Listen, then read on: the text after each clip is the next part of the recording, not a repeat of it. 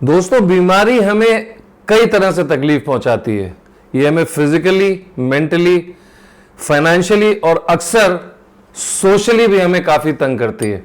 नमस्कार दोस्तों, DNP India में आप लोगों का एक बार फिर स्वागत है। मैं हूं आपका होस्ट और दोस्त मेहदी और आप देख रहे हैं अपना मनपसंद शो जिसका नाम है हम तुम विद मेहदी। दोस्तों, आज जिस टॉपिक में मैं आपसे बात करने जा रहा हूं वो टॉपिक है एड्स। क्या एक ये महज बीमारी है या एक ये बीमारी कम और कलंक ज्यादा है? आज मैं आपको एड्स के बारे में सब कुछ बताऊंगा। ये कैसे फैलता है, कैसे आप इससे बच सकते हैं, किन चीजों से ये नहीं होता। आज के इस एपिसोड में मैं आप लोगों की इन सब चीजों के बारे में जानकारी आपको दूंगा। दोस्तों, HIV एड्स एक्रोनिम है जिसका फुल फॉर्म है human immunodeficiency virus infection and acquired immune deficiency syndrome.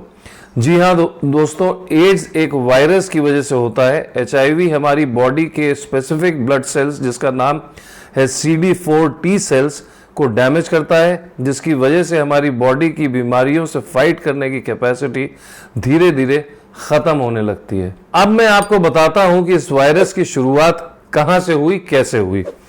Humans में HIV का इन्फेक्शन का मामला 1959 में डेमोक्रेटिक रिपब्लिक ऑफ कॉन्गो के किंशासा में कलेक्ट किए गए ब्लड सैंपल्स में सबसे पहले पाया गया था। यह ब्लड सैंपल एड्स इन्फेक्टेड कैसे हुआ इसका खुलासा नहीं हो पाया। आपको बता दें कि 1983 में साइंटिस्ट ने इस वायरस की खोज की थी जिससे एड्स होता है। एक इंटरनेशनल साइंटिफिक कमेटी ने सबसे पहले इस वायरस को HTLV 111 LAV human T cells lymphotropic virus type 2 virus related to lymphadenopathy का नाम दिया था, जिसे बाद में बदलकर HIV यानी कि ह्यूमन इम्यूनोडेफिशिएंसी वायरस कर दिया गया। कई सालों तक साइंटिस्ट ने इस बारे में पता लगाया कि HIV की शुरुआत कैसे हुई और आखिर ये ह्यूमन बॉडी में कैसे पहुंचा। Mostly HIV is believed to have originated in other primates. फिर 1999 में एक इंटरनेशनल टीम ऑफ रिसर्चर्स ने यह रिपोर्ट किया कि उन्होंने इसके ओरिजिन ढूंढ लिया है। A subspecies of chimpanzee native to western equatorial Africa was identified as the original source of the virus.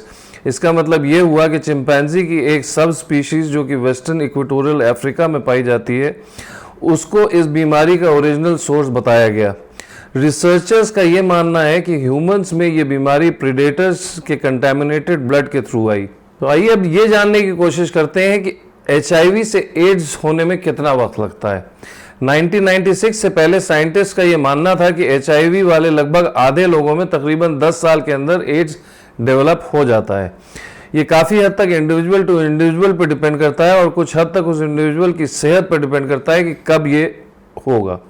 1996 से पोटेंट एंटी रेट्रोवायरल थेरेपी की शुरुआत ने HIV इन्फेक्शन और एड्स होने के बीच के वक्त में काफ़ी बदलाव लाया है। ऐसे कई ट्रीटमेंट भी हैं जो एड्स से जुड़ी कुछ बीमारियों को रोक सकते हैं या ठीक कर सकते हैं। हालांकि ये ट्रीटमेंट एड्स को पूरी तरह ठीक नहीं करते हैं। अब हम ये जानने की कोशिश करते हैं कि HIV हम तक कैसे पहुंचता है। ये हमारी बॉडी में 5 बॉडी फ्लूइड्स के जरिए पहुंच सकता है और ये 5 फ्लूइड्स हैं blood, semen, vaginal fluid including menstrual fluids, rectal fluid और ब्रेस्ट मिल्क। अब पता करते हैं कि HIV कैसे स्प्रेड नहीं होता है। HIV कभी भी एक ही क्लाइमेट या एनवायरनमेंट में सांस लेने से नहीं फैलता। गले मिलने, किस करने और हाथ मिलाने से भी ये नहीं फैलता है। एक ही बर्तन में खाना खाने से भी ये नहीं फैलता है। एक ही नल से नहाने में भी ये नहीं फैलता है।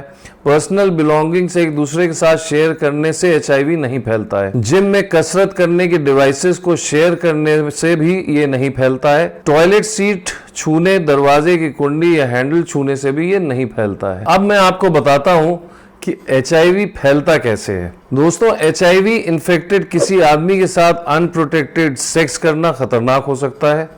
Unprotected anal sex unprotected vaginal sex के कंपैरिजन में ज्यादा खतरनाक है।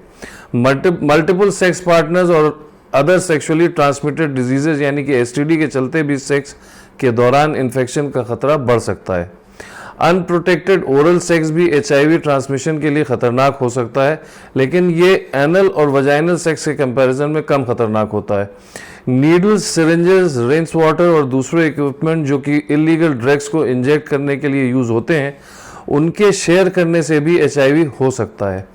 ये बीमारी HIV इन्फेक्टेड मदर के जरिए उसके बच्चे में भी आ सकती है। ब्रेस्ट फीडिंग से भी बच्चे को ये बीमारी हो सकती है। एड्स की जानकारी ही इसका सबसे बड़ा बचाव है। एक बार ये बीमारी हो जाए फिर इसका कोई इलाज नहीं होता, इसलिए बेहतर है कि इस बीमारी से दूर ही रहा जाए। AIDS infected syringes, unprotected sex, infected blood transfusion और इन्फेक्टेड मदर से पैदा हुए बच्चों को ये बीमारी हो सकती है। यानी कि अगर हम थोड़ा सा ख्याल रखें तो इनमें से काफ़ी चीज़ों से हम बच सकते हैं और रोक सकते हैं। HIV इन्फेक्टेड लोगों में कौन से सिम्टम्स होते हैं? जो सिम्टम्स HIV इन्फेक्टेड लोगों में होते हैं वो इस प्रकार हैं: तेज़ी से वज़न घटना, सूखी खांसी, बार बार बुखार आना या रात में एक्सेसिव स्वेटिंग होना, ज़्यादा थकान महसूस करना, बगल से बदबू आना, ग्रॉइन या गर्दन में लिम्फ नोड का स्वेल कर जाना, एक हफ्ते से ज़्यादा दस्त होना, ज़बान पर, मुंह में या गले में सफ़ेद धब्बे या एबनॉर्मल डिफेक्ट्स होना, निमोनिया, स्किन पर या मुंह, नाक, पलक के अंदर या नीचे लाल, पर्पल, गुलाबी या ब्राउन ब्लॉचेस होना, मेमोरी लॉस, डिप्रेशन और कुछ दूसरी न्यूरोलॉजिकल डिसऑर्डर्स इस बीमारी के कुछ टिपिकल सिम्टम्स हैं।